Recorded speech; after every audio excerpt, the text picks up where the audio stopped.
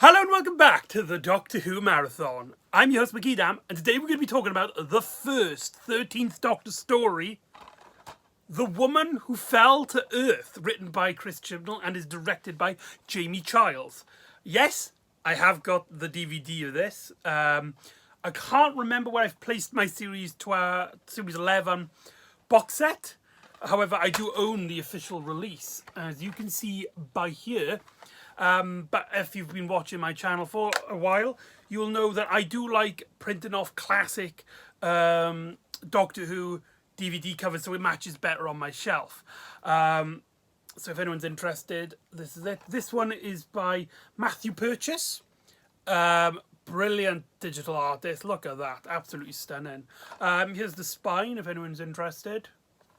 And here's the back of mine, which I've put down the Ghost Monument and Rosa as special features because I could only really have one as the main cover, and I thought the first episode was the important one. This has a lot of completely different feel to any other new series in the entire run. It's the first time with a female Doctor. It's the first time Chris Chibnall as showrunner. He has previously showrunned the first 2 seasons of Torchwood, unofficially.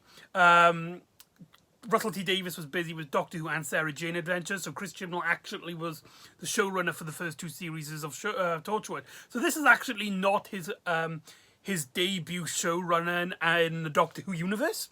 So that might be a fact that a lot of people don't know. It's the first to be composed by Sagan Akinola after Murray Gold had left after the previous story, Twice Upon a Time, leaving with Stephen Moffat. We have a completely new cast, not only with the new Doctor, but also the new companions.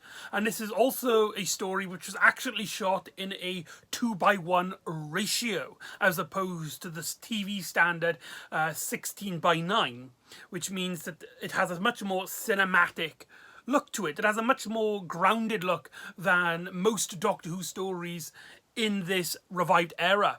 In fact, everything from the cinematography to even the types of stories that we are telling now is vastly different to what has previously been established in the revived era of Doctor Who.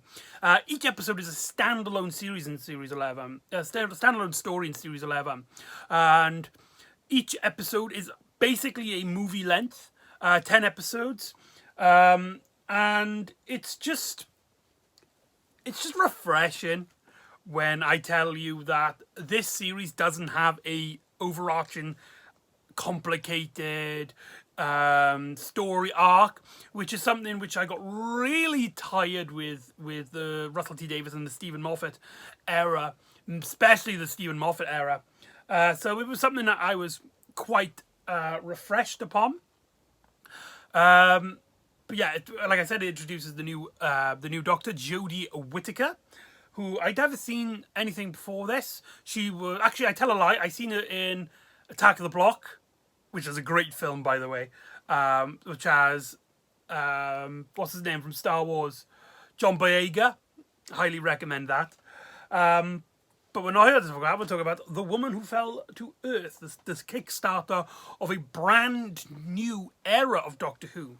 An era which, even before this story even began, had suffered from mass controversy regarding its casting of the Doctor, the first female Doctor, as many channels on the internet, mainly conservatives, were like, this is not our Doctor.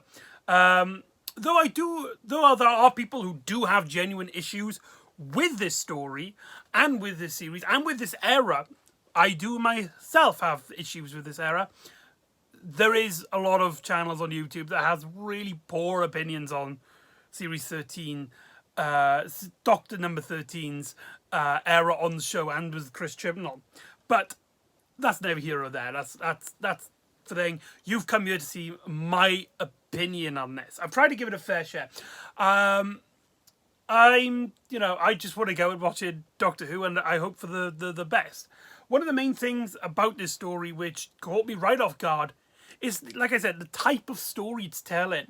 Revived era of Doctor Who has seemed to be inspired more with EastEnders and Coronation, certain of the soaps, as well as big bombastic superhero movies that were coming out at the round about the same time, with overarching storylines, these big emotional scenes of characters crying constantly, the constant teasing for a big finale, the big event at the final of the story, which just basically means that, like, in every episode or so, a character will just randomly bring up a point like, oh, it's the hybrid, the crack in time, he is returning, the four knocks, the bees are disappearing, stuff like that. It just got really tired, really wary. However, Series 11, anyway, not the rest of the Judy Whittaker era, but Series 11 seems to be more inspired by ITV crime dramas, with a much more grounded feel, with a story much more focused on the narrative aspect of the storyline, rather than the emotional character beats, which is something which the previous era of the revived era of Doctor Who has mainly been focusing on. Not to say that this story doesn't revolve around characters, but it's mostly focused on us being invested in the plot, in the narrative, the mystery of the episode. In fact, about 3 minutes of a bit more than that, about 5-10 minutes of this episode at the start doesn't feature the Doctor at all, as we get introduced to our new companions. We actually have, at this point in the story, 4 companions. We have Graham, played by TV icon Bragley Walsh, who is the grandfather figure. He's married to the grandmother of Ryan, played by Tosin Cole, and his grandmother Grace is played by Sharon D. Clark. As we also get the policewoman Yasmin Khan, played by Mandip Gill. So the story does a lot in that it features a lot of characters and it introduces them straight away. Now, depending on who you ask, the story either does a really poor job of it or does a really good job at introducing these characters. I know a lot of people didn't like the way the characters were introduced to, felt that it was a bit rushed. I do understand that point. I do think that we should have had maybe 2 of the companions cut out and just have like the main one for the beginning, and then like introduce characters, more companions later down in the series. Maybe this should have been the Yaz story, and then the next episode introduce Ryan and Graham. That's personally how I felt. However, I do actually like what we see here and how we introduce these characters. With Ryan, basically, it's a really silly thing.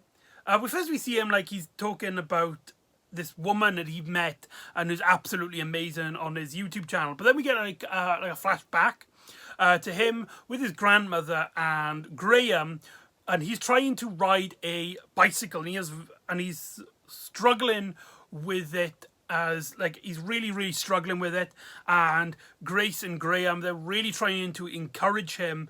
With Bragley Walsh he's absolutely just enjoying his scenes. You're doing it, mate. Go on, Graham.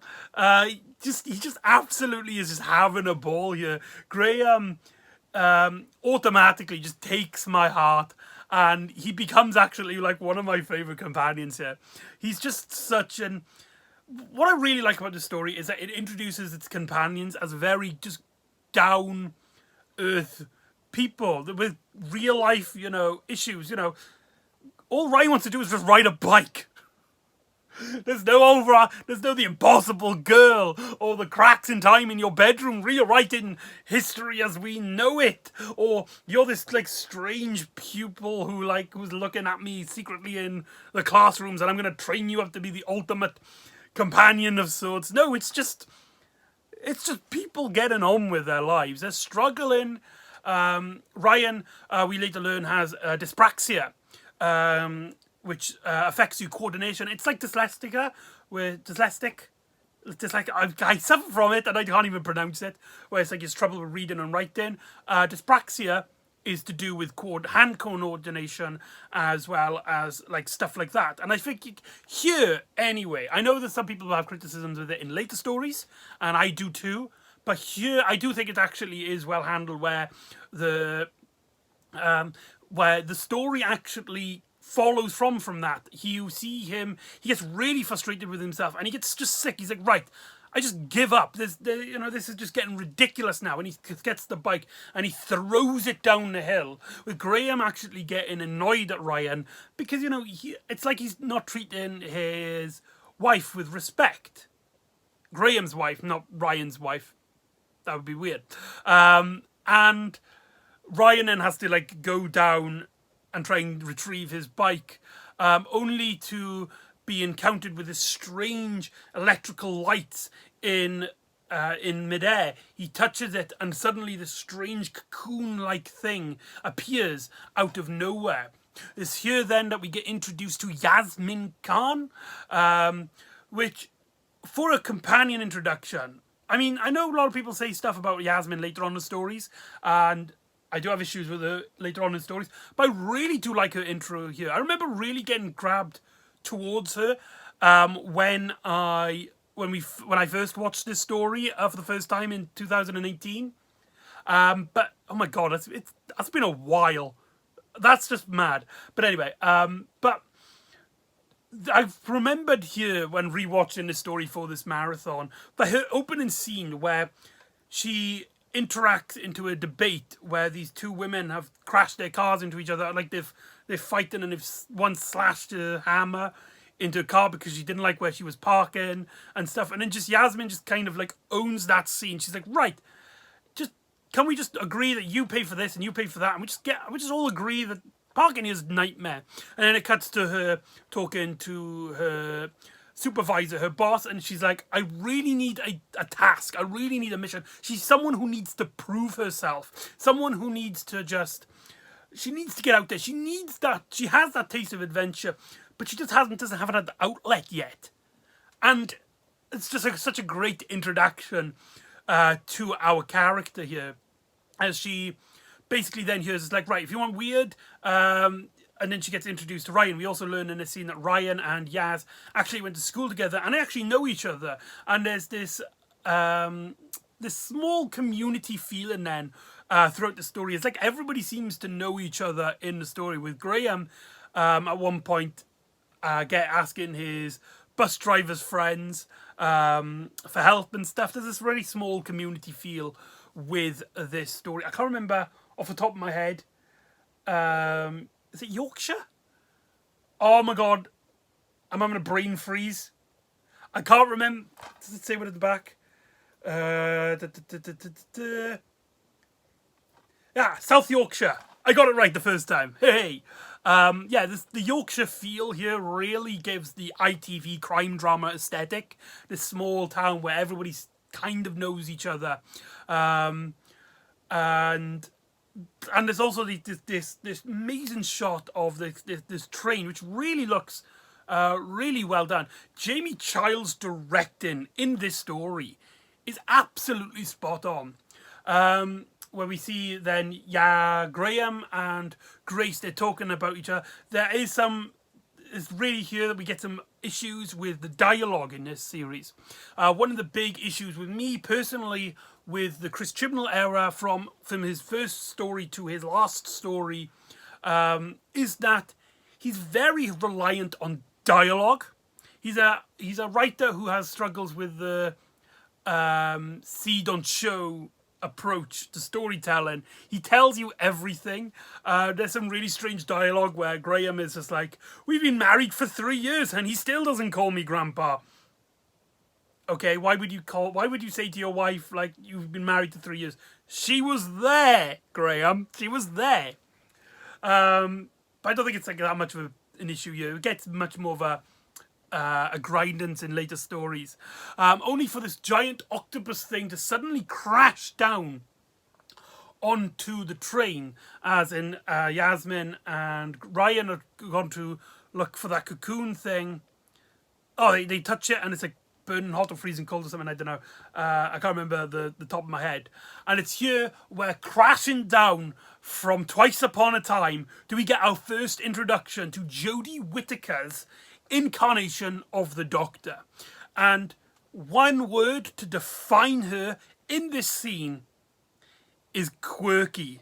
She's a very, very quirky Doctor, taking inspirations from the likes of Patrick Troughton, the earlier series of Sylvester McCoy, and probably most prominent is Matt Smith. Now, this is something which I don't really think it's an issue in terms of just looking at her era on her own. However, in the larger concept of Doctor Who, we've constantly been having quirky doctors. David Tennant was quirky, was a very quirky Doctor. Matt Smith was a proper quirky Doctor. Peter Capaldi started off as a completely different kind of Doctor, but slowly went on. He became this kind of quirky, silly, trying to spout as much nonsense as possible, and Jodie Whittaker also being another Doctor in that cycle might have been an issue. However, I think that Jodie Whittaker absolutely nails these scenes. I really love the attention of detail in her character here, where if you watch this story, you notice that when she's around friends, when she's around company, when she's around people that she's friendly with, she talks, she's quirky, she kind of like, she says more than she needs to, and it's like her mouth is running on its own, and it's like there's a lot, like after she befriends everybody gets these kind of DNA bombs in their necks, and she's just spouting out as much information. And she's like, "Don't worry, guys. I'm calling you Yaz because you're my friend." I love that line. And it's just, there's so much dialogue, and there's so much, and the way that Jodie Whittaker could just quite effortlessly say all of this sci-fi gobbledygook is astonishing. But when she's not around companions, when she is with a threat on her own, as we see later on in the episode, her dialogue becomes a little bit more focused. She becomes a little bit more in time. And every time that she has a witty remark, it's more of like in spite of her villains. It's more of trying to get them as agitated as possible. And when she's around both, she kind of has this overbearing, quirky persona which has that spiteness in it. When we get introduced to the main villain, Tim Shaw, played by Samuel Oatley, we'll get onto him in a bit. She calls her like Tim Shaw is his name, but she calls him Tim Shaw as a quirky remark. But then later down the line, she's like, when she meets him on top of the bridge later on in the episode, her dialogue's a lot more focused. She's a lot more focused onto the narrative, and her dialogue is much more spit, shall I say, much more spit into it. And Jodie Whittaker isn't an actress who's afraid of quirking up her face. She pulls a lot of great expressions here, which are mostly an actress might be afraid to pull. There is a stigma in the media where women must have these perfect looks, but Jodie Whittaker, she isn't afraid to pull goofy grins and distort her face to somewhat, and it makes her a really great, fun, energetic viewing experience. Now let's get into Tim Shaw. Now this is a character which a lot of people had issue with. A lot of people really didn't like this villain and thought this was easily the weakest part of the first episode. And again, I'm going to have to kind of disagree here. I do feel like he wasn't returning character material. He's clearly, at least in this story, it felt like he was a one-off. However, for a one-off character, he's actually a pretty decent threat. We do see him kill a bunch of people, and he actually takes people's teeth as trophies, which I know is really silly, especially when he takes off his mask and you see he's a blue guy with just covered in teeth. It's a really strange imagery. However, it's that strange, quirky Doctor Who sci-fi, which I liked from the Stephen Moffat era, and it's actually one of the few things I like from the Moffat area, which has passed on to the Chibnall, is that strange Doctor Who-ish sci-fi feel to the whole thing. I just realised, my opinions on this are all scrambled and all over the place. It's just I'm really excited to be back in a story which is mainly focused on its narrative, and I just really, really enjoyed this story. I really like the focus on the narrative. For example, when Jodie Whittaker she destroys this octopus tentacle machine thing, and they go track down the cocoon thing that Ryan had found earlier on in the episode, only for it to disappear. And our characters are trying to figure out in this, and it's this mystery of like, who's this guy who we see take the cocoon, and he's got cameras pointing at it, and he's thinking, like, he's sitting, he's clearly waiting for something to happen. Is he working for the bad guys? Is he not? We also think to believe at the start of the story that there is a war going on between this tentacle creature and Tim Shaw. However, I don't know if this is like, I know it's a spoiler, but I don't know if anyone's really interested in like the big spoilers in this particular narrative. I imagine people who are watching this either have no interest in watching this or have already seen the story, so whippy. Essentially, we learn, which is quite interesting, is that essentially the Tim Shaw race, I can't remember what they're called off the top of my head. They have this kind of ritual where the new ruler is chosen by basically picking a random person in the universe, and without any weapons, without any technology, they must go and hunt for that person, and the person who finds finds their victim, basically becomes the new ruler, the new head of their estate. But what Tim Shaw does is that he actually cheats. He uses technology. That octopus thing is actually his kind of data collection, which finds the thing that he's supposed to hunt, and he uses his technology to actually get this person, which we think is like a kind of like an extra early on in the episode in the scene in the train. However, it turns out like he's actually like the plot point that the characters are actually, he's basically the MacGuffin of the story, which is, there's some really strange like one-off characters in here, which like we have this guy who is like the chosen prophecy. If this was a Stephen Moffat story, that guy would become the companion. Yeah, we all know that, but in here it's just a MacGuffin. But there's this really strange scene where he's in his job and he's listening to a podcast of just like this woman saying, it's like, you are special, and he's like repeating everything. He's like, I am special, I am valued. It's just such a strange character beat, and the fact like if it was like a main character or a character who was supposed to like root for multiple stories, this might have gotten really dull and might have been shown as a weak character. Before it went off, come on, it's funny as hell. That was just a strange scene. We also have the iconic Salad Man scene, where a drunk guy eating a kebab interacts with Tim Shaw, and he starts throwing his salad as a quirky, silly moment, only for Tim Shaw to just absolute obliterate him and take one of his teeth. Yeah, most people like joke about the meme about the Salad Man, but people forget that Tim Shaw just fucking annihilated him. We also have a security guard who's talking to his daughter on like an iPad or something, and he hears Tim Shaw, and he's like, and you feel really like he seems like just generally just a nice guy who's just working one late night, only for Tim Shaw to just absolutely obliterate him still.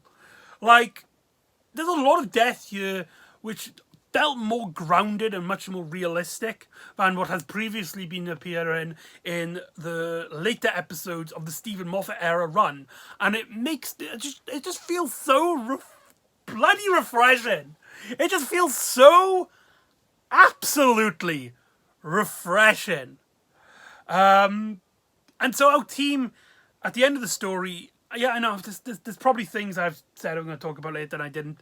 Like I said, it's all over the place. Oh, I forgot to mention as well, this is the first Doctor Who story which was regularly aired on a Sunday as opposed to the traditional Saturday slot, which actually helped the viewing figures, in my opinion. At least, I don't know, but most people, like, talk about like viewing figures and have no idea what they're on about. I do believe that the Sunday slot really helped Doctor Who. This story was actually one of the most viewed Doctor Who stories of all time, since Partners in Crime from series 4, and it was the biggest rated episode to be the Doctor's first since Rose, the first ever episode of the revived era. That's absolutely mental.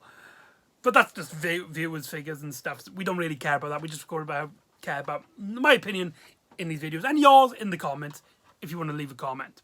But anyway, so our characters all team up to try and take down Tim Shaw, to try and stop him getting this guy, as well as Grace and Graham helping by trying to defeat this octopus thing, which is trying to hold a technology in place so that this guy can't escape.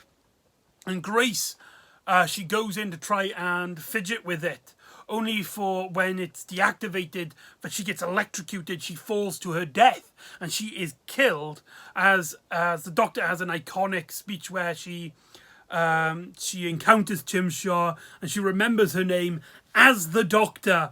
There's a really great shot. Jamie Child, again, is directing, is absolutely phenomenal in these crane scenes where she has to jump from one bridge, one crane to another, and she's got to hold on for dear life. It's like, these legs definitely used to be taller. Yeah, it's just so many fun moments like that. And I also really like how she defeats the enemy. That we talk about these. Oh my god, I forgot to talk about my favourite scene where she creates the sonic screwdriver. Where we get our first introductions to the 13th Doctor's motif, which is called 13, by Sagan Akinola, which is a really beautiful score and really sums up a beautiful harmonic sound to Jodie Whittaker. Sagan Akinola would later go on to use not so much melodies, more sound effects, more atmospheric noises, rather than tunes, musics, which means that his music isn't that memorable in terms of you trying to put it into your head and trying to think of a tune. However, in terms of the interactive sound to the episode, it really does work, and he's a really composer of the medium rather than composer of music. He's much more focused on how you're interacting with the story than he is trying to make also as well like beautiful pieces of music. But when he does get to play with melodies, like with 13, da na na na na na na na na na na na, do do do do do do, na na na na na na na na. Oh, it gives me thrills. And like Jodie Whittaker, like what I really like about that scene, apart from the fact it's one of the few scenes in this story which has no dialogue, when she's creating the sonic screwdriver, it's just, you could just see Jodie Whittaker's just enthusiasm and she's just building this thing. I like that bit when she's holding a spoon and her face is just like, yeah. And you know, she's just smashing things. Our characters, from outside, they can kind of hear and they can kind of see sparks, and they're just like, what the hell is she doing? And it's a very doctory moment. It was this scene, that moment where she's creating her new sonic screwdriver, that made me fall in love with the 13th Doctor. Her first story. I don't know about you, but a lot of Doctors can do that for me. Probably like Christopher Eccleston, Tom Baker, Paul McGann, and Jodie Whittaker. They're the only Doctors which are like, the very first story has that iconic Doctor moment, which always sticks out in my head. So anyway, back to the narrative. Where after our characters have defeated the bad guys, but Grace has died. What I really like about this new approach to Doctor Who, where it's much more focused on the narratives.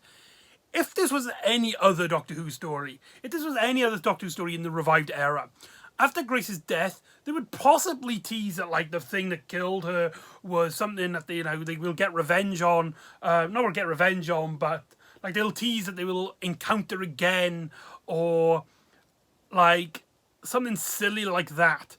However, the story spends its last 3 or 4 minutes having these really quiet moments where we see Ryan on his own, well, not on his own, but by himself on that field. And we see him at the start of an episode trying to push himself on the bicycle. He falls, he keeps falling. In fact, we don't even see him succeed in this scene, but he just keeps on trying, mainly because he wants to prove himself, but mainly because it's to honor Grace, as we see this absolutely beautiful shot. It's probably one of the most iconic shots in the series, where we just see Jodie Whittaker's Doctor just looking at Ryan, and we don't see her face, we just see her silhouette, and it's very still, and it gives that kind of Time Lord, almost godlike aesthetic. And not like a constant tease, but just like her just stillly watching, just seeing Ryan struggling, and he seemingly doesn't realise that she's there. Gorgeous. We also get the funeral of Grace, where we learn from Graham how he met Grace, and we also learn that like he actually has this massive guilt complex when it comes to Grace's death, that he feels like he should have been the one that dies and not Grace. And we later learn that they met because he actually has cancer. He had cancer. He's in remission, but he has cancer, and Grace was his nurse, and that's how they met, and that's how they fell in love. And so he kind of feels really guilty. He should have died. He has had his time, but it was Grace that died, and there's something that's rotten to him, to his core. We also see, like, throughout the episode, him being the most reluctant to be a part of the adventure. He's the one where he's questioning all the characters. Like, why are we running towards the monsters? Why are we running away? He's the one who's mainly the voice of reason. And it's here that really, like, sets him as the companion. It really broke my heart in that scene. And Bradley Walsh acting. I didn't know much about Bradley Walsh, an actor. I knew him from The Chase, and I know him from EastEnders. I think he was EastEnders, one of the soaps anyway, because my mother used to watch him in it, and he was an okay actor there from what I remember. But these scenes where he's just breaking down, oh man, really just hits you there. At least again, like for me personally. And the story actually ends on a cliffhanger where we see Jodie Whittaker. She dresses up in a new costume, which I personally really like.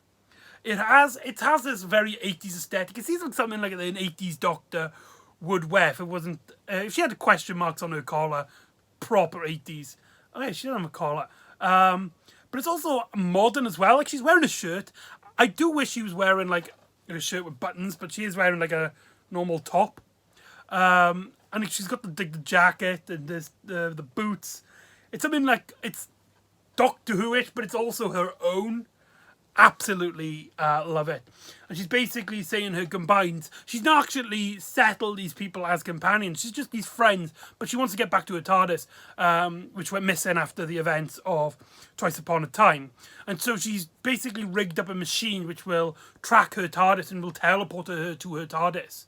And she says goodbye to her three new friends, only for all four of them to be zapped into the middle of space, struggling to breathe. And we have this great, like, slow-mo, like, underwater effect, very similar to one of the deaths in The Impossible Planet. If you know what that scene I'm on about, you know exactly where it's like hovering in space, and all the hair is like washing around. That bit's terrifying as hell, especially when you see the character. Like, there's no sounds, just the music as Jodie Whittaker turns around, and you just see how human characters Ryan Graham and Yaz struggling to breathe. And that's how our story ends, leading into the next story. Overall, I do know that a lot of people don't like this story. In fact, in my group of friends, I think I'm the only one who likes this story. However, not only do I like this story, I absolutely adore it.